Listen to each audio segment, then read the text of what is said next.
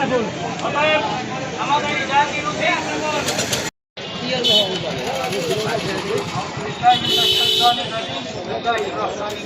একটি কথা সহজে বলতে চাই, হাদি ভাই ছিল আমাদের প্রাণের মানুষ।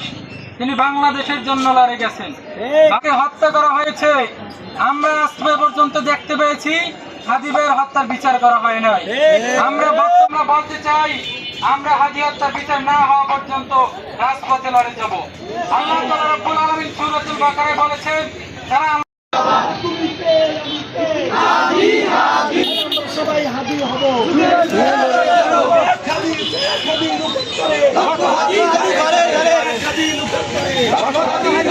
হ্যাঁ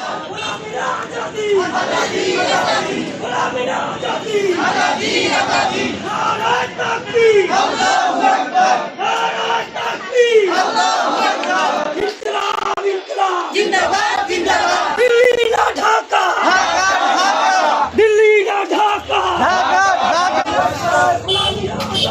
আজাদি আজাদি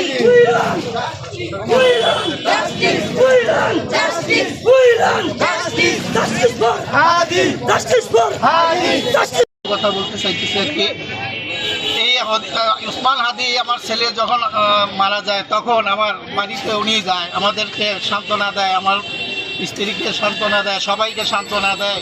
এবং উনি বলে যে সবাই যে আপনার সন্তান চলে গেছে তাতে কি হয়েছে, আমরা তো আছি, আপনাদের জন্য আমাদের হাজার সন্তান আছে, তাই বুকে ধরে আমাদের অনেক সান্ত্বনা দেয়। আমি তাকে নিজের ইয়ার থেকে আমি কী করতেছি, দোয়া করতেছি যে সে একজন খুব ভালো সন্তান ছিল নরসিংদীতে, এরকম অকালে মৃত্যুটা আমরা মেনে নিতে পারি নাই। তাই আমি তার জন্য দোয়া করতেছি, হ্যাঁ, দ্রুত তার বিচারটা করা হয়, এটাই আর কি সরকারের কাছে দাবি। সকল শহীদের হত্যার জন্য বিচার বাংলাদেশের মাটিতে হয়, এর জন্যই সবাই আমরা মানববন্ধন করতেছি যোদ্ধা হিসেবে।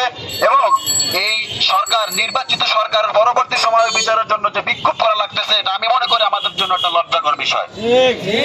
এই ইন্টারিম গভর্নমেন্ট যাওয়ার পরে নির্বাচিত সরকার এসেছে, এখন কোন চাপে, কিসের চাপে, কাদের ইন্ধনে হাদি হত্যার বিচারের কোনো অগ্রগতি আমরা দেখছি না, সেটা স্পষ্ট করতে হবে। আমরা এখান থেকে স্পষ্ট দাবি জানাচ্ছি, এটা হাদির মাতৃভূমি, এই উসমান হাদির মাতৃভূমি থেকে আমরা আজকে হুঁশিয়ার দিচ্ছি এবং স্পষ্টভাবে বার্তা দিচ্ছি, যতক্ষণ না পর্যন্ত হাদি হত্যার বিচার সুষ্ঠুভাবে না হবে ততক্ষণ আমাদের আন্দোলন একের পর এক বেগবান করে তুলবো ইনশাআল্লাহ আমরা।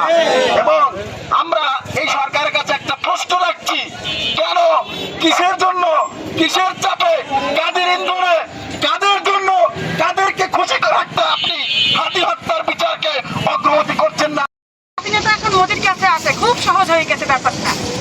মানে হাসিনা মোদির কাছে আসছে কিভাবে দখল করতে হয়, মমতাকে কিভাবে হারিয়ে দিয়ে আজকে পশ্চিমবঙ্গ মহিলা মাদ্রাসায় হামলা চলছে, মুসলমানদের কবরে হামলা চলছে, কবরে আগুন দিয়ে দিচ্ছে, মসজিদে নামাজরত অবস্থায় গান হচ্ছে, নাচ হচ্ছে, সংখ্যালঘুরা তারা শান্তিতে না, অথচ ওরা আবার আমাদেরকে শিখায় আমাদের দেশে নাকি সংখ্যালঘু নির্যাতন হয়।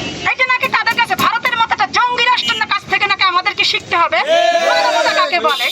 যেখানে বাংলাদেশ মানবতার উজ্জ্বল দৃষ্টান্ত দেখাইছে, যেখানে বাংলাদেশে মন্দিরগুলো মুসলমানরা পাহারা দিয়ে রাখে, সেখানে ওরা আমাদেরকে শিখায় বাংলাদেশে সংখ্যালঘুরা নির্যাতিত।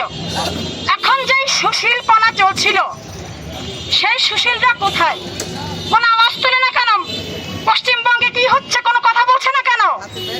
আমাদের এই উসমান হাদি স্মৃতি মঞ্চের মাধ্যমে যে কোনো অন্যায়ের বিরুদ্ধে প্রতিবাদ জারি থাকবে, সাংস্কৃতিক লড়াই জারি থাকবে এবং উসমান হাদির বিচার না হওয়া পর্যন্তই আমরা বিচারের আওয়াজ তুলি